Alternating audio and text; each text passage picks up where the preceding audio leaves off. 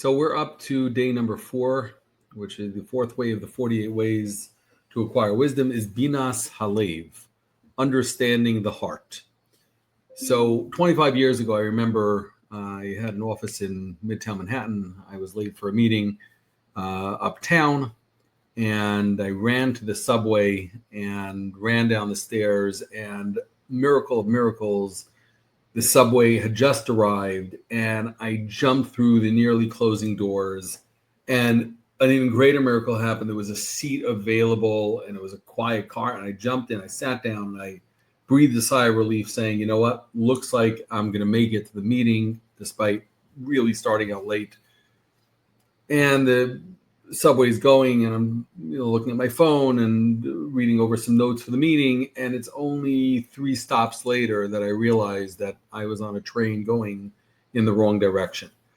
Imagine, if you will, that scenario was someone's life, right? And this is the idea behind the midlife crisis. People don't know their destination, and they find themselves a long way towards an end goal that they never really set.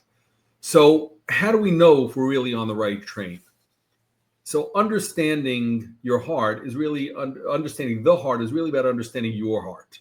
So again, let's define our term. What in Jewish consciousness is the heart?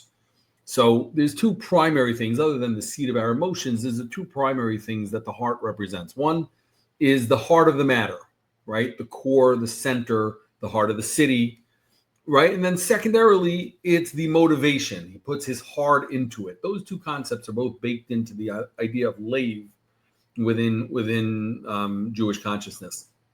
So step number 1 of Binas Halev, understanding the heart, which means understanding your heart, is to figure out your core, your essence. To do that, you kind of have to follow a bit of a prescriptive model, which is to ask yourselves a series of questions in a structured manner. Like, what am I living for? What are my primary goals in life? Question number 1.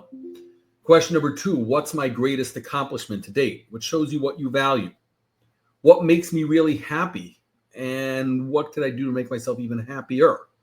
Right? What are my secret dreams and ambitions? And why haven't I accomplished them?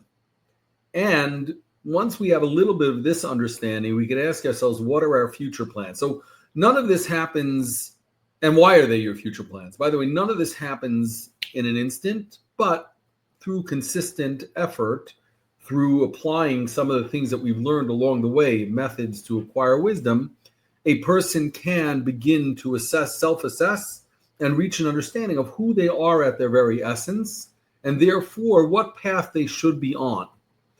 Take your time.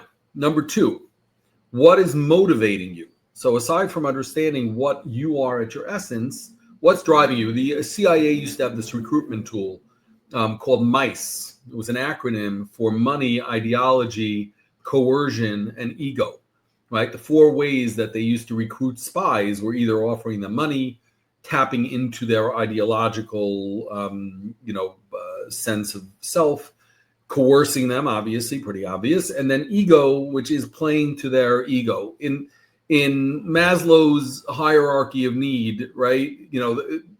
We generally don't deal with basics like physiological need, food, water, etc. Safety, mostly not. And in appealing, the CIA was doing, they were really focused on kind of these higher levels of need, love and belonging. How do I fit into the world, right?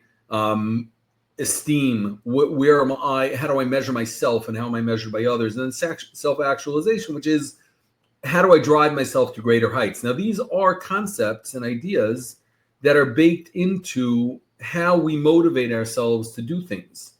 So to understand the whys that drive us, the things that push us forward, we have to understand, what are we centered towards, right? Or do we crave a sense of belonging? Do we want to feel valued?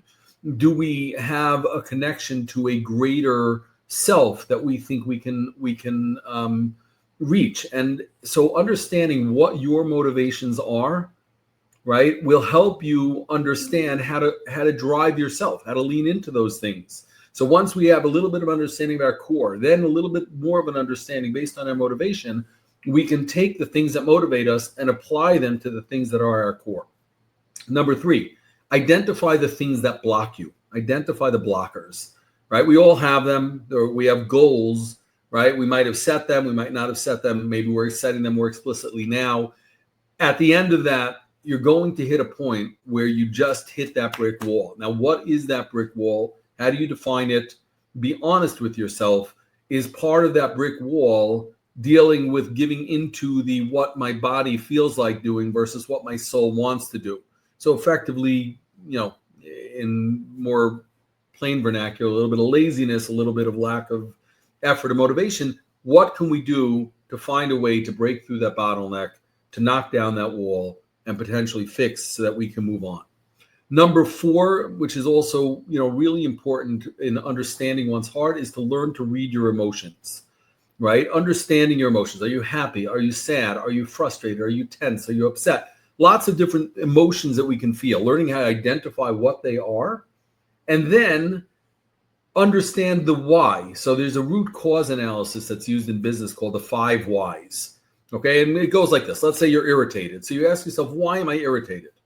So you say to yourself, because my colleague was unfriendly to me in the office. So you ask yourself, why does that irritate you? You say it shows a lack of respect. Well, why does that bother you? Because it makes me feel less than. Well, why do you feel less than?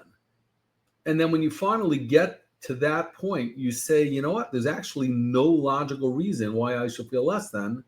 It's only being in my own head, and I can control what's in my own head. So doing root cause analysis, using a sequence like the 5 whys, and there are other tools and techniques for this kind of thing, will help us take that emotion that we're feeling at that moment, ask ourselves the critical questions about why we're feeling that emotion, and hopefully modify that so that we can focus on getting back to our core, being driven by our motivation, and reaching those goals while not being blocked by some of these challenges. So applied wisdom for this, spend 15 minutes asking yourself those core questions, just 15 minutes, right? Why, what do I care about the most? What makes me happy? What's my purpose in life? What are my goals going to be? Those kind of questions. Ask yourself those questions. Try to be honest with yourself on answers. Identify one life goal, right? And then look at that goal and ask yourself, are you being blocked in achieving it? And if so, what are the blockers? And if there are emotional blockers, play the 5 why game, get to the bottom of it, and see if you can remove that blockage.